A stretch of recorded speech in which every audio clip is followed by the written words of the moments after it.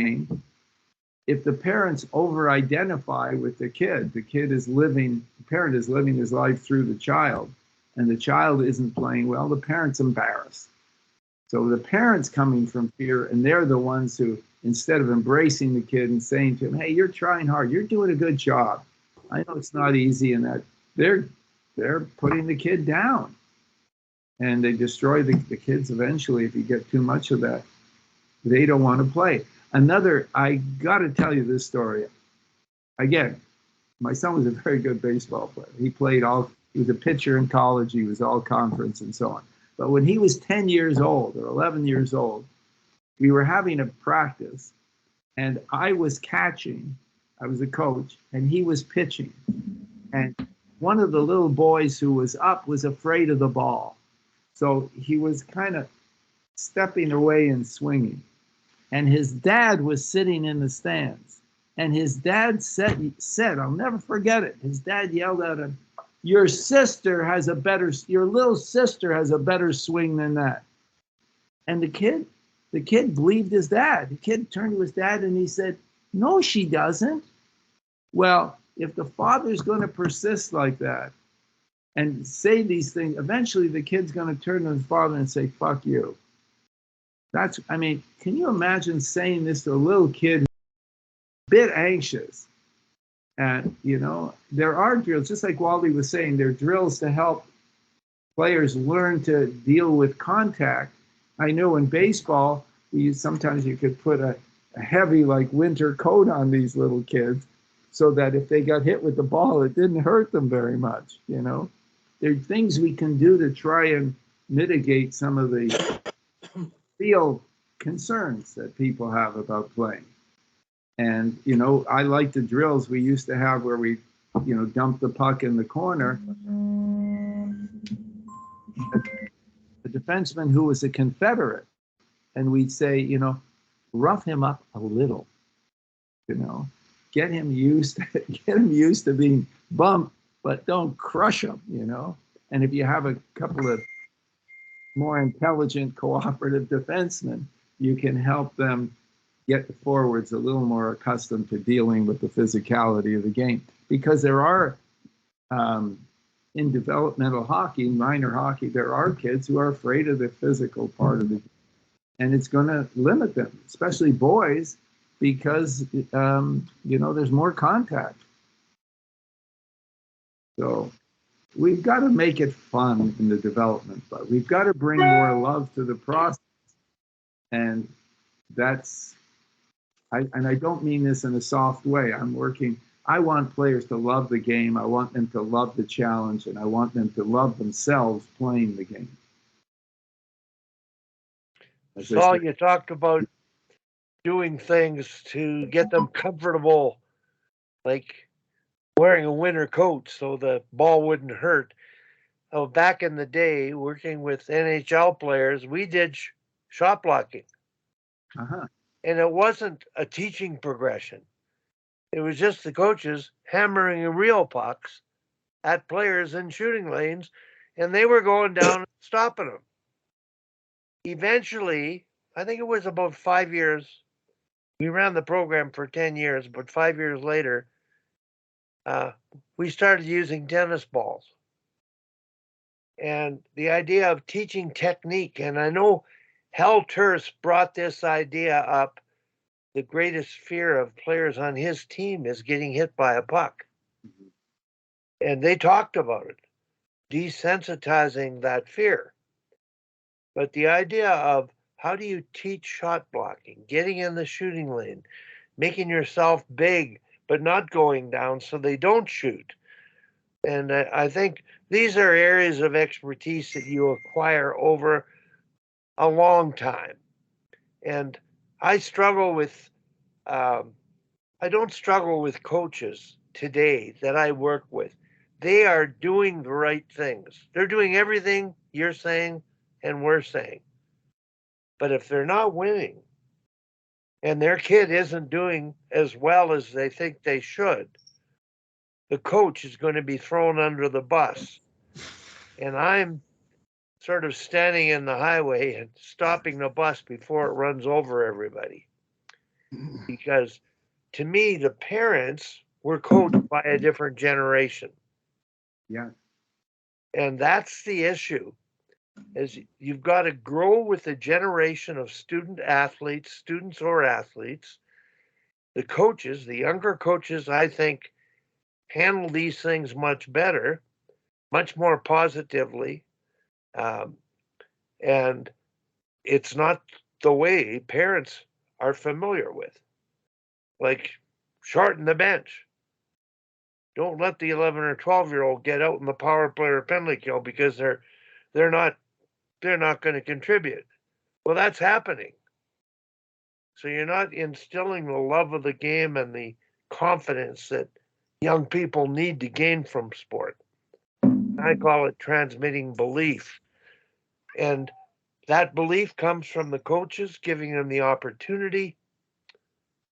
And it can be totally undermined by parents criticizing those coaches because the outcomes aren't right for the team or the opportunities aren't proper in their mind for their own children.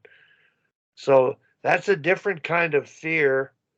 And I'm not sure the players experience it as much as I just don't know how to interpret it. I sit back and I shudder because I've been trying to deal with this group of sharks, lifelong learners.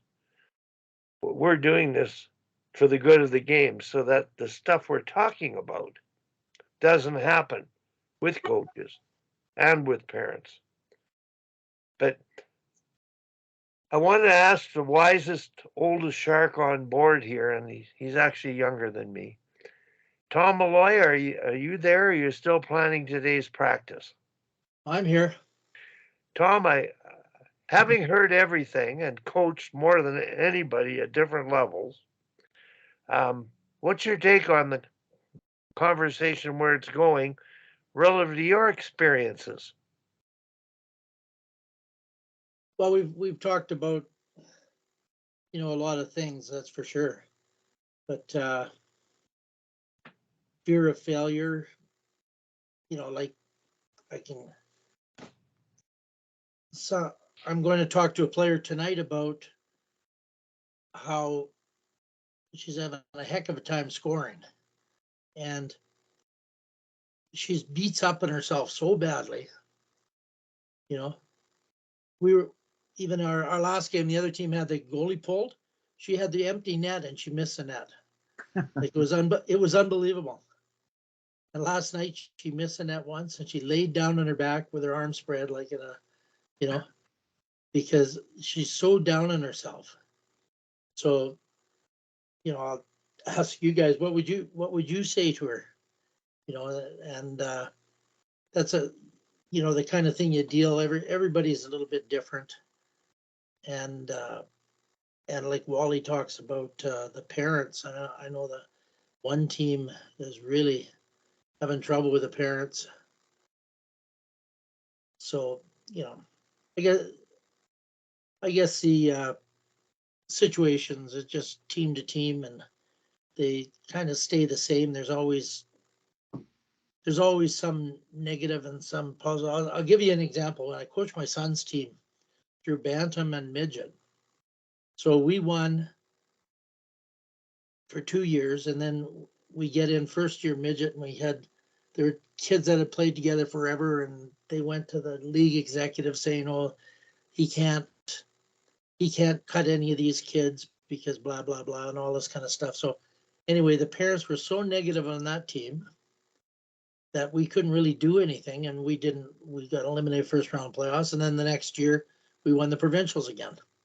So all of those situations, how parents can affect things, and I guess I'm jumping all over the place. But what would you do to talk to this player tonight? That want to get her kind of stop beating herself up. Saul, go ahead. I would get her out on the ice and I would have her just shooting pucks into the open net just, yeah, you can do that. Look, you can do this. Let's see you do it again. You just did it again. Do it again. Do it again. Do it again. Do it again. one of the problems is this graph, everybody's seen it. It's the relationship between performance and emotional intensity. So we see with no intensity, performance is very low. This is performance. This is maximum performance. So as intensity increases, now we're in a good zone. Now we're hitting the net every time. Now we're trying too hard. There's more emotional intensity. Performance drops off. At the elite level, this is where I'm dealing with people all the time. So getting them to be a little more relaxed is really helpful, have a little more control of their emotional intensity, but just get her out on the ice shooting pucks, you know, before practice or after practice by herself. Okay, you know, get her 5 feet away, bang, in the net, in the net, in the net, in the net. Obviously, you can do this. Get her 10 feet away, get her 15 feet away, and there's no pressure on her, and she's doing it. So you say, so you can do it. It's pretty obvious you can do it. The only thing is sometimes you try too hard. Take a breath. Know that you can do this. Be thinking, yes, I can. Yes, I can. That's a thought for tonight. Yes, I can.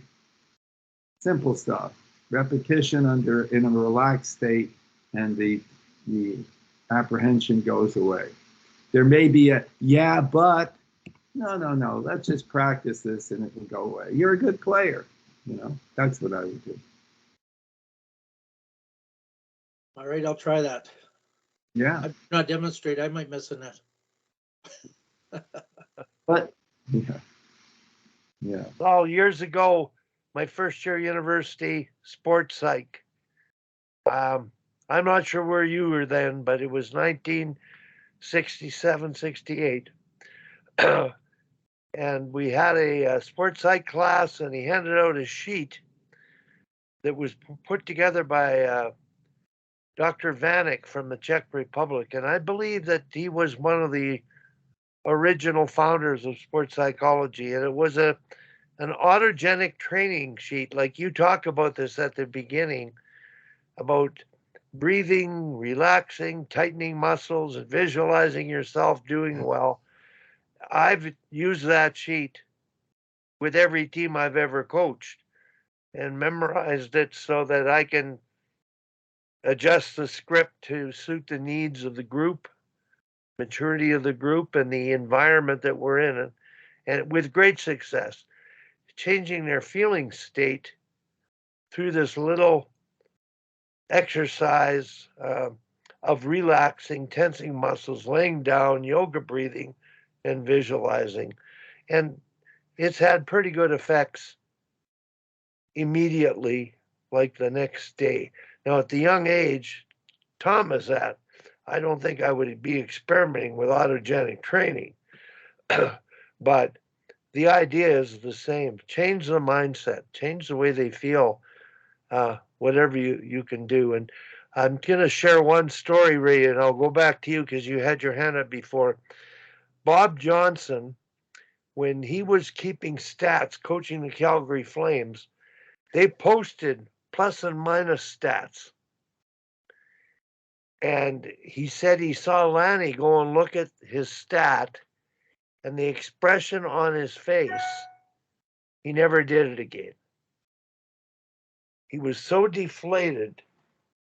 That stat, negative stat of him not being on the plus side, he never did it again. And I think the use of negative stats, trying to learn from negative performance, pointing out mistakes versus generalizing them to the whole team and saying we've got to get better at this overall, not just pointing out to one individual. These are things coaches are learning to do. And don't use the word don't, pardon me. That's one of the biggest things of all.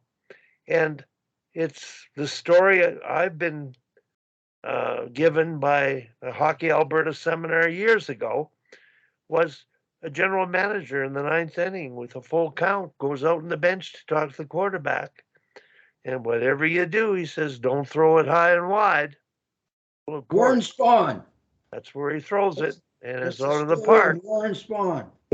So Morris Lukovich has talked about that, Saul, and he probably got it from you in his languaging. Over time, he picked up on it, has turned it into something he does with corporations. The idea of languaging, not using buts and not using don'ts. It's an art, and we learn that as coaches. And coaches are doing this much, Saul, and parents don't appreciate how much coaches dedicating to giving their time, how tuned in they are, how dedicated they are to doing the right things in the best interest of their kids. I have nobody coaching for their own ego, for their fame.